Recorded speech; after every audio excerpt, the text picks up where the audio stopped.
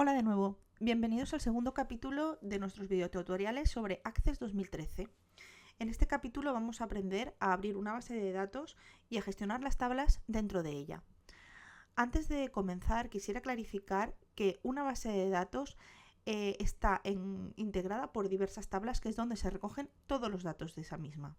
Así pues, siguiendo los ejemplos del videotutorial anterior, una base de datos de nuestro videoclub se llamaría videoclub y cada una de las tablas se llamarían de la forma que quisiéramos registrar nuestra información. Por ejemplo, una tabla de clientes, una tabla de películas. En nuestra base de datos del almacén del almacén que habíamos dicho sobre fontanería o sobre electrónica, pues lo mismo, una base de datos sería almacén Pepito, por decir algo, y nuestras tablas sería, por ejemplo, tabla productos, tabla clientes, tabla proveedores, y así formaríamos una gran base de datos. Una vez explicado esto, vamos a ver ya cómo crearla. Cuando abrimos Access, nos encontramos con esta pantalla en la que nos da varias opciones. Como nosotros queremos crear una base de datos desde cero, no pincharemos en las que nos vienen ya predeterminadas o prehechas. Pincharemos en esta que se llama base de datos del escritorio en blanco. Le damos con un clic y nos sale esta pantalla donde nos dice nombre del archivo, es decir, aquí deberemos escribir el nombre de nuestra base de datos, y abajo nos da la dirección donde estará alojada nuestra base de datos. Si estamos de acuerdo, le daremos a crear sin más. Entonces, vamos a crear una base de datos de un colegio. Entonces, yo le llamaré, por ejemplo, School, y le daré a crear. Así pues, se me abre esta pantalla donde arriba, fijaos que me da el nombre de mi base de datos, School, y me da esta pantalla. En esta pantalla se pueden ya comenzar a crear tablas. Fijaos que ya me da una predeterminada o hecha, que se llama tabla 1. Entonces, vamos a comenzar a escribir en nuestra base de datos la primera tabla.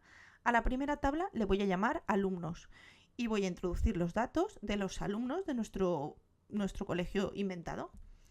En primer lugar, voy a llamarle a la tabla alumnos. Para ello, deberé pinchar con el botón izquierdo del ratón sobre la pestañita donde pone tabla 1 y le daré a guardar. Una vez dado a este botón, me sale esta pantalla que me dice tabla 1 y yo le voy a llamar alumnos y acepto. Fijaos que ya tengo creada mi primera tabla. En este programa, en Access, podemos trabajar desde dos vistas distintas. Esta primera, que nos da ya el ordenador, es la llamada, fijaros aquí abajo lo tenemos, vista, hoja de datos. Pero si queremos trabajar de una forma más visual, podemos venirnos aquí arriba y darle a este simbolito, que es un lapicito con un cartabón, una escuadra.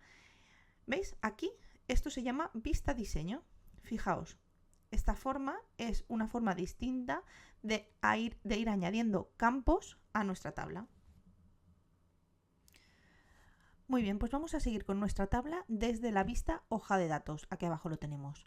Desde aquí podremos ir añadiendo nuestros campos, es decir, los campos formarán la información de todos los registros. Acordaros, campos vertical, registros horizontal, ¿de acuerdo? Entonces, aquí te pone, haga clic para agregar. Aquí nos pide qué tipo de dato va a ir dentro de nuestra tabla. Todo esto entraremos en el próximo video tutorial. De momento vamos a poner texto corto en todos para ver cómo se crean los campos dentro de nuestra tabla. Fijaos que aquí se me queda sombreado y me pide qué información voy a poner yo aquí. Entonces aquí voy a poner, por ejemplo, apellidos de mis alumnos. Al lado, otra vez clic para agregar, ponemos otra vez texto corto y aquí le llamaremos nombre de nuestros alumnos. Al lado, lo mismo, texto corto y pondremos dirección. Al lado, lo mismo, texto corto, teléfono. Al lado, texto corto, email, email de nuestros alumnos. Al lado, texto corto, curso, es decir, si nuestros alumnos están en primero, segundo, tercero. Al lado, texto corto, clase, si nuestros alumnos están en primero A, primero B, primero C.